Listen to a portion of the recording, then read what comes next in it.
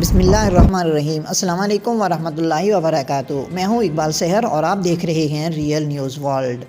ناظرین، اس وقت ہم آپ کو اہم ترین خبر دے رہے ہیں کہ متحدہ عرب امارات کی ریاست ابو ظہبی میں حوثی باغیوں کا ڈرون حملوں کا دعویٰ۔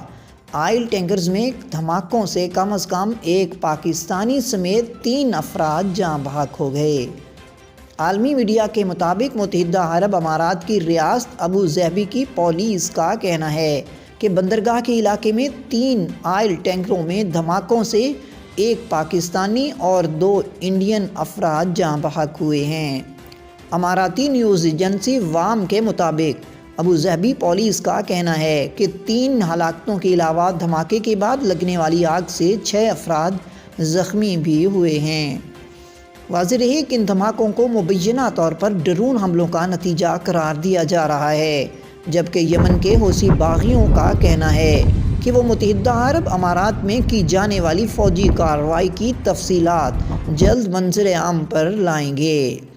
ابو ظہبی پولیس کی جانب سے جاری کردہ ایک بیان میں کہا گیا ہے کہ ابتدائی تحقیقات سے ظاہر ہوتا ہے کہ بظاہر ڈرون جیسے 3 اجسام 2 مختلف علاقوں میں گرے اور ممکنہ طور پر انہی کی وجہ سے دھماکہ ہوا اور آگ بھڑک اٹھی۔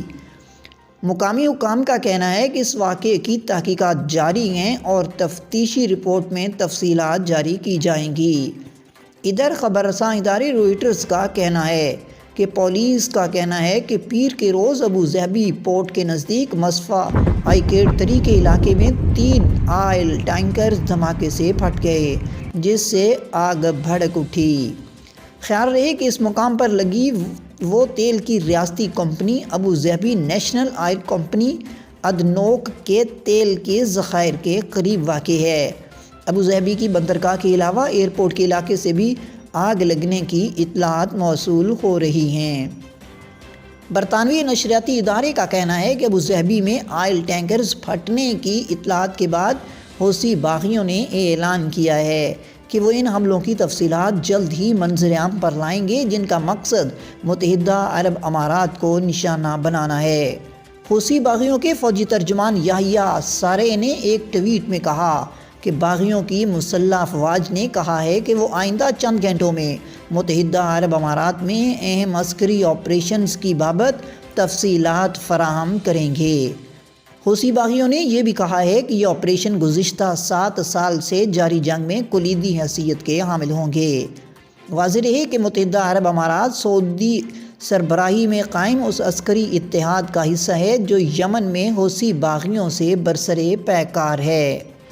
خیال رہے کہ یمن میں خانہ جنگی کا آغاز 2014 میں اس وقت ہوا جب حوثی باغیوں نے دارالحکومت صنعاء پر قبضہ کرنے کا اعلان کیا تھا۔ حوثی باغیوں کی جانب سے حکومت کا تختہ الٹنے کو جواز بنا کر سعودی عرب نے یمن میں فضائی کارروائیاں شروع کر دیں۔ سعودی قیادت میں متحدہ عرب امارات سمیت دیگر ممالک بھی یمن کے خلاف بننے والے عسکری اتحاد میں شامل ہیں۔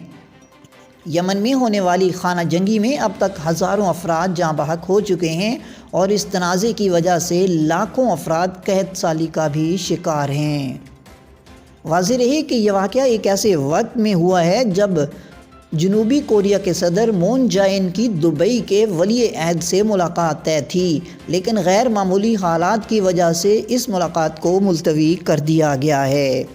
مزید اپڈیٹ کے لیے ہمارے ساتھ وابستہ رہیں۔ اگر آپ نے ہمارے چینل کو سبسکرائب نہیں کیا تو کر دیجئے اور آئیکن بیل کو پریس کرنا مت بھولیے تاکہ ہماری نئی ویڈیو کا نوٹیفیکیشن آپ تک بر وقت پہنچ سکے۔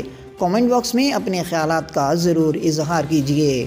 مجھے دیجئے اجازت۔ میں ہوں اقبال سحر اور آپ دیکھ رہے تھے ریئل نیوز ورلڈ۔ اسلام زندہ باد، پاکستان پائندہ باد۔